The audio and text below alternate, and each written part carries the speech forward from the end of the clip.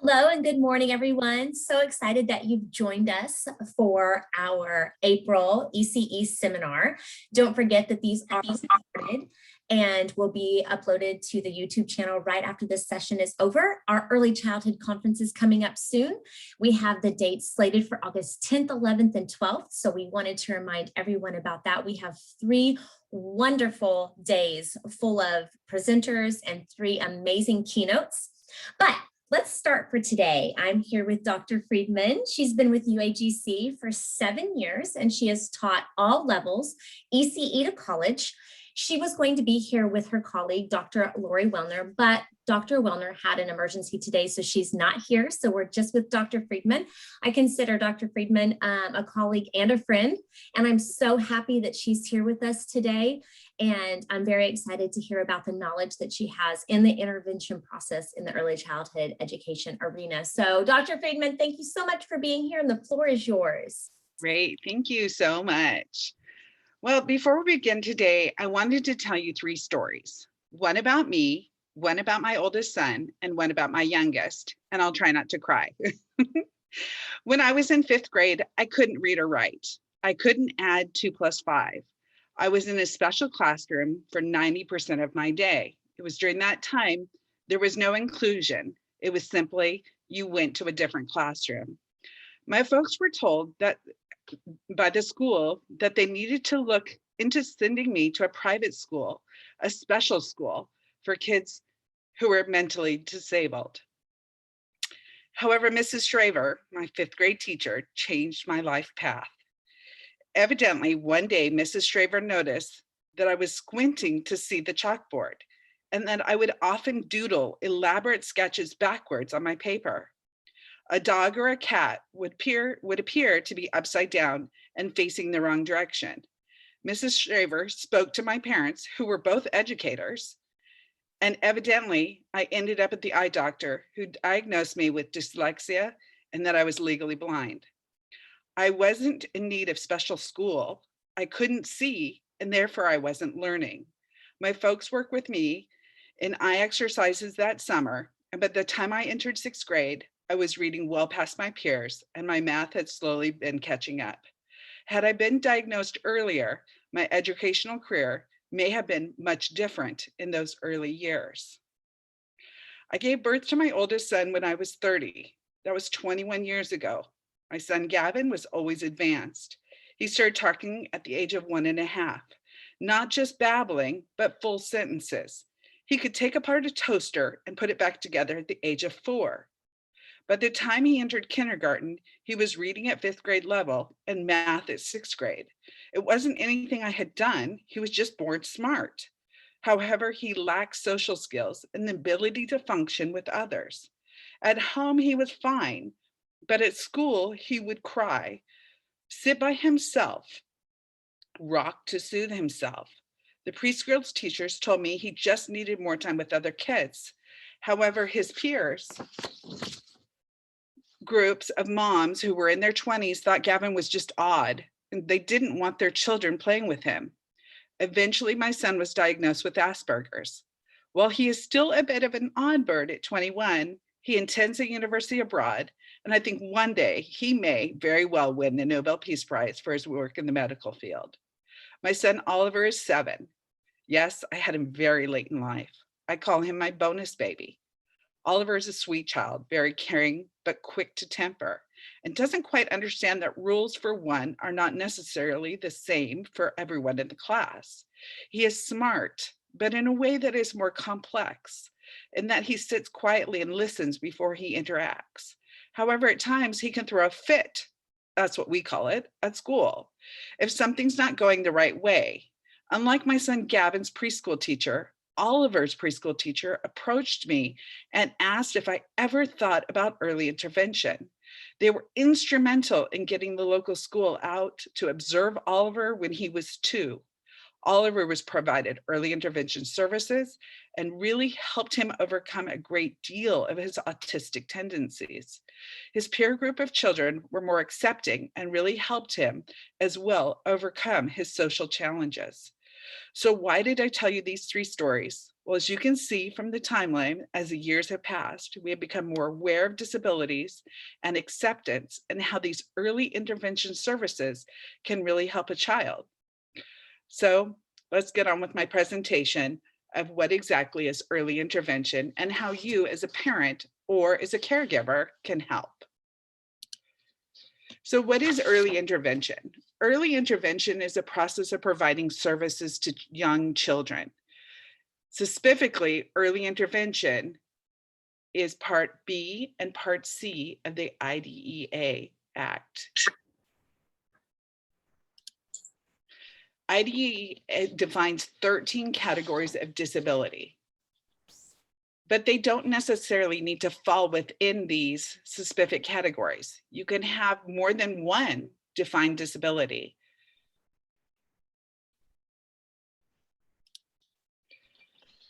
So given all those disabilities, you would think more children would be served with early intervention. But as you can see by this graph, not very many, or this picture, not very many children age birth through 2 are served with early intervention. In fact, in some states, no children are served as of 2018, 2019. And while it might be 2021, this still shows you a trend that early intervention is not necessarily being serviced in all states for all children. And when I think about my own children, it's so important to have those early interventions and those services. So what does it mean? There's 3 different models for early intervention. There's the medical model, the functional model, and the social model. Your child doesn't necessarily have to fit completely in one of these boxes. And I put them in boxes because we're not getting a box. We're getting different types of children with different types of disabilities.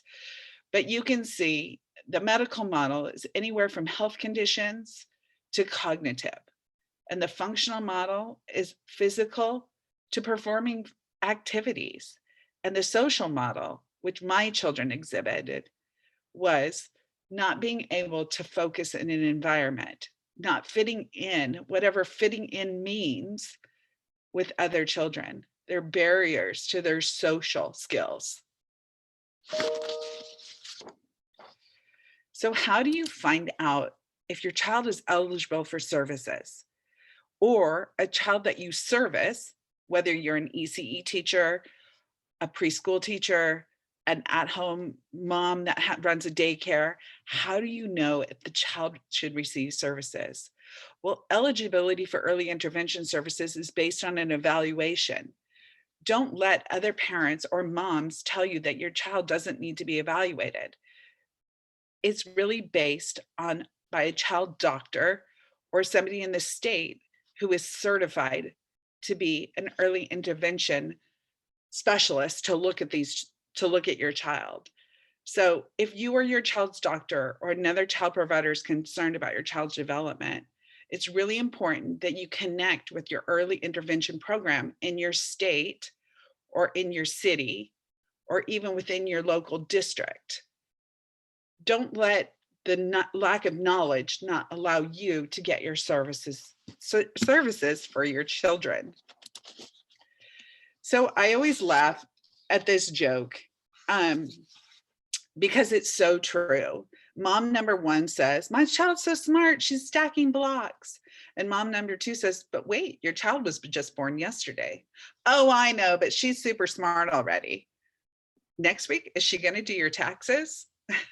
Don't listen to social media or your friends. You are the best judge of your child's abilities. And there's a great checklist. It's called the Milestone Checklist. You can get it from your doctor. You can get it from your local state. You can get it online by just typing in Milestone Checklist. And it will help you see where your child is in the milestones that have been determined. Now, don't kid yourself and read into the Milestone Checklist. Take it for face value what it is. And either they do exhibit or they don't exhibit.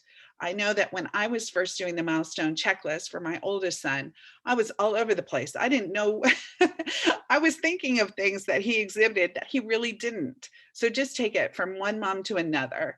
Don't listen to other moms, and use the Milestone Checklist. So you've used a Milestone Checklist, your doctor or your teacher or someone has said, maybe we should talk about early intervention. Well, what do you say? How do you go about doing that? You call your state and you say, I have concerns about my child's development, and I'd like to have my child evaluated.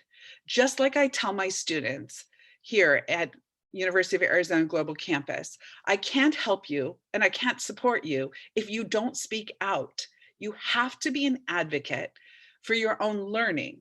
And in this case, you have to be an advocate for your children. You have to make those calls. You have to make those hard calls, and you have to follow up with those calls. Don't just assume because you call once that everything is going to be fine. I know that for my son, Oliver, it took multiple calls and several months to get him services. And had I not been proactive and an advocate, he would probably still be on the waiting list at 7 years old.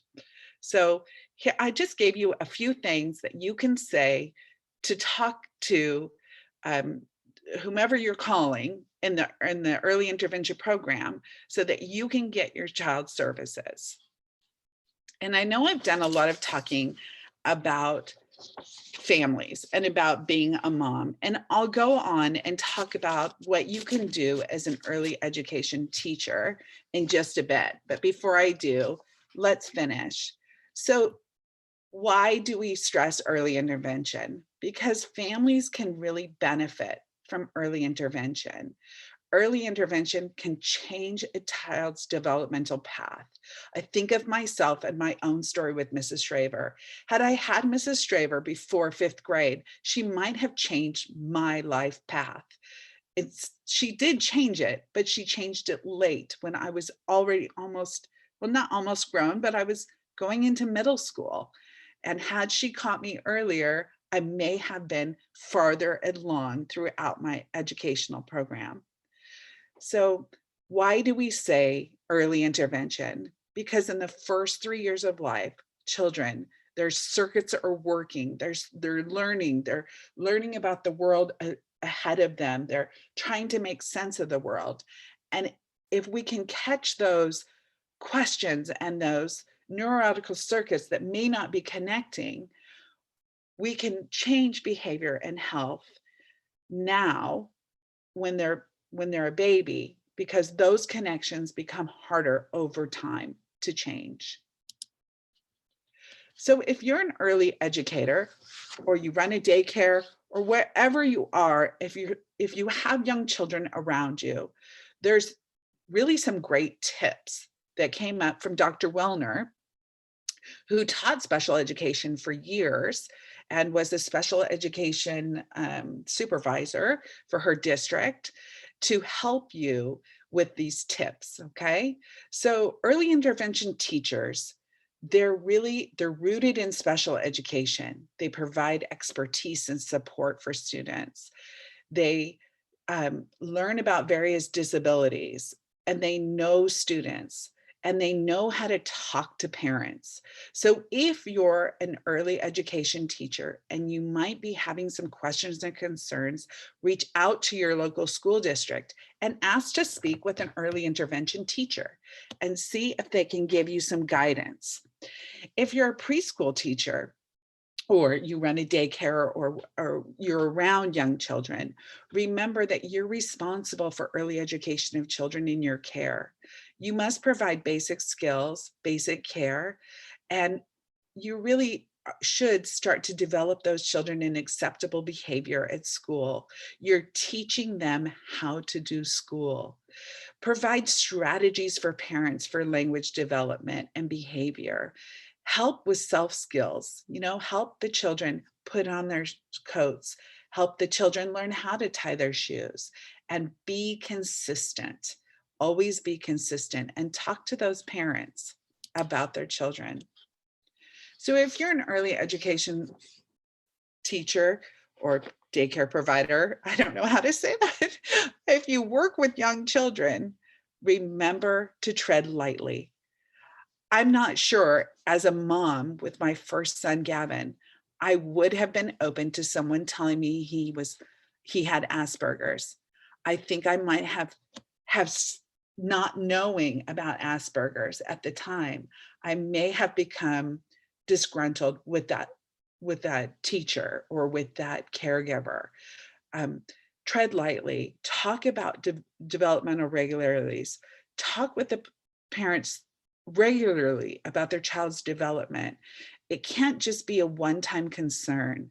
Call them at home, talk to them when they pick up their child, and please offer the milestone checklist. That's a great way for parents to see how their children are doing on the milestone. And it opens up that conversation that it's not just you and your eyes and what you're seeing, but it's more of a scientific based facts behind you. And at some point, if you have a child that you service, that you have in your school or in your home, you're going to have the hard conversations. But just remember, a hard conversation doesn't necessarily have to be hard. We want to talk about what the child does right, what their strengths are. Remember to be a good listener. And please make eye contact with parents. I can't believe how many parents, when I had Gavin in early childhood, didn't make eye contact with me. They were almost afraid of me as a parent because I had a different child. Repeat the parents' main concerns. I can't remember how many times I talked to the preschool teachers about my concerns for Gavin. He was so smart, but so socially inept, to say the least. Consider how the parent feels about what he or she is saying. I'm even on tears now when I talk about Gavin, and I can't believe how emotional I was when he was a child. And when I talked to other parents and even his teachers who didn't understand me or my needs. And finally, probe for more information with parents. Find out what's going on at home. Find out how the parent feels. You know, now we're so into social and emotional, but back then when I had Gavin, they weren't. If someone who had just stopped and talked to me as a parent, it might not have been such a hard conversation that I had when I found out my child had Asperger's. So to sum up, remember, encourage your parents to share any concerns they have with their child's development with their doctor. And remember, as a parent, to share your concerns with your child's doctor. They're in the role of a pediatrician for a reason. They've seen it all and they know what to look for. As a teacher or as a caregiver, remember, it's not your role to suggest a diagnosis. Don't ever tell a parent, oh, I think he has Asperger's or I think he has autism. You may see the signs and you may in the back of your mind know, but those are hard conversations that should really come from a doctor. And remind parents of the importance of acting on early concerns. Early intervention is not a diagnosis, it's not a stigma, it's a way of getting children the help they need. So just to recap, there's lots of benefits of early intervention services. We ensure that children have positive early experiences and therefore they're successful later in school, in the workplace, in the community. I know my son Gavin is way more successful in his university teachings because of his diagnosis, but he would have been even that much further along had he had early intervention services. Early intervention helps children learn through play, helps them learn to be one with their peers. If you see a child who is at risk, speak up, talk about early intervention, talk about the milestone checklist, and be persistent with those parents. Have those hard conversations, but again, tread lightly. And early intervention occurs when children are most comfortable and it becomes part of their routine. It shouldn't be something that's done once a year. Early intervention is just that, it's intervention all the time. And families benefit from early intervention by being able to help their children with special needs. Remember, a special need can run the gamut from psychological to social to emotional to medical needs. It's not just a one size fits all. So thank you for listening to my stories and to our presentation. Are there any questions or? If you would like to come on camera or unmute, go right ahead. If you aren't able to because I muted you, raise your hand and let me know. Or you can also go into the chat box. Kathleen, can you see your chat box? There's several things going on in there. Not yet. Okay, yes. But if you would like to come on, just ask me to unmute you if you can't unmute yourself.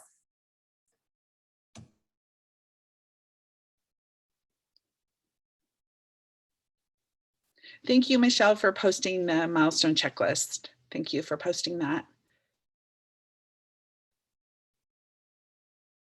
I agree that teachers need to go out of their way to develop a trusting relationship with families. It's so important.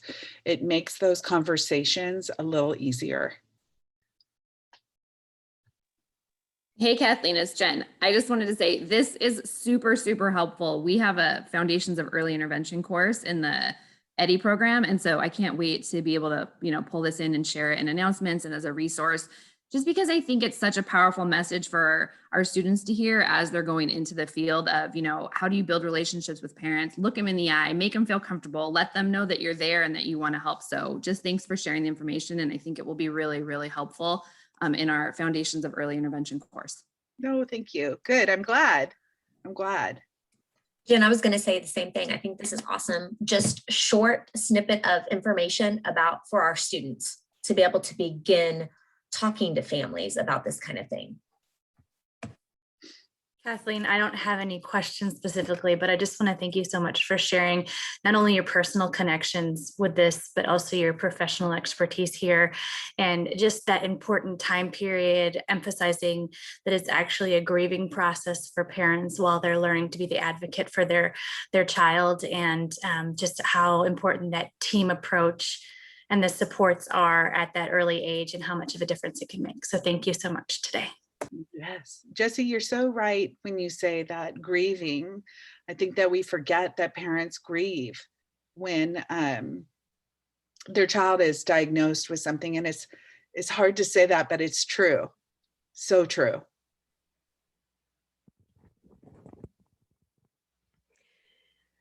Hi, Kathleen. This is Rebecca Reynolds. Hi. Hi. I don't have access to the video. I think Tisha, I think you need to undo it, but either way, it's fine. You can hear me. Yes. My oldest son, I'm about to age myself, who is now 34, is autistic. When he became closer to 21, 22, he was also diagnosed with schizophrenia. It's amazing how many people just don't understand. I mean, my entire career is based on beginning with Donnie. I was studying to be a teacher when he was born, and I was clueless about what was going on. And 30 some years ago, the doctors were too. So I started taking courses in early childhood, and we had a speaker come and talk about autism. And I was so excited. I was in the back of a room filled with 50 students, and I jumped out of my seat screaming, "Oh my God, that's my son!" And there was only a couple people in the room that understood why I was so excited. I wasn't excited that my son's autistic. I was excited that there was an answer. With a real diagnosis, you can figure out a treatment plan to go forward. If you don't know the problem, you can't come up with a solution. That's so true. thank you so much for sharing your story. It's, unless you have a child with a special, I call them extra sparkle kids. Unless you have an extra sparkle kid, you don't understand.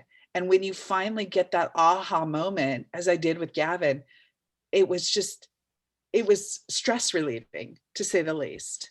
So Oh, thank, yeah. yeah, for sure.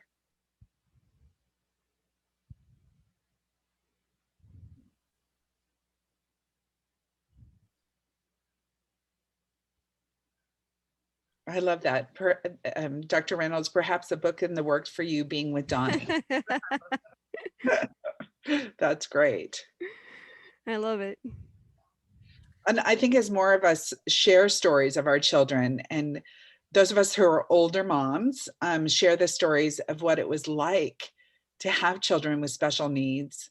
You know, I think that would make a better book, actually. Yeah, Each chapter would be a different parent story. right. And how far we've come, and it's so amazing. It is amazing.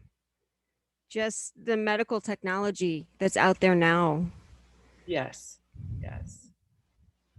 And the shows that come up, like Young Sheldon and The Good Doctor, all those shows that are being produced about.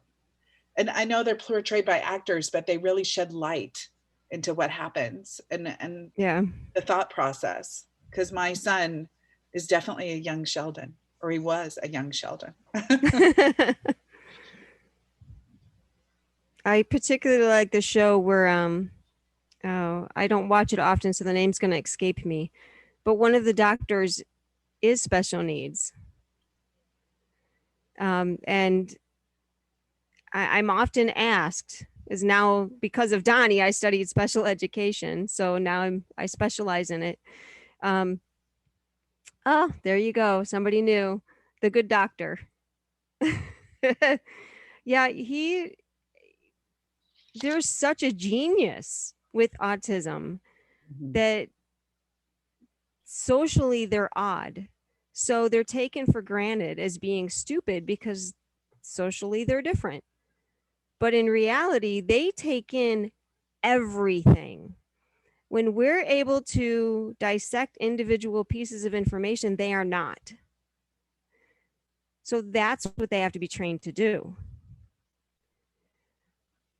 And The Good Doctor shows, although it is acting, that it is possible for an autistic person to be guided in the right direction. I love these stories. I love hearing about these different shows that we can start watching. Thank you both for sharing about your children. I know that that's hard, and it's something that helps everyone. And your relationship with the families that you work with is probably way different than someone who doesn't have that background and that experience.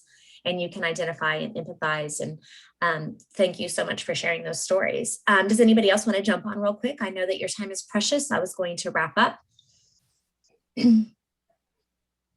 Jackie, it's funny that you say that.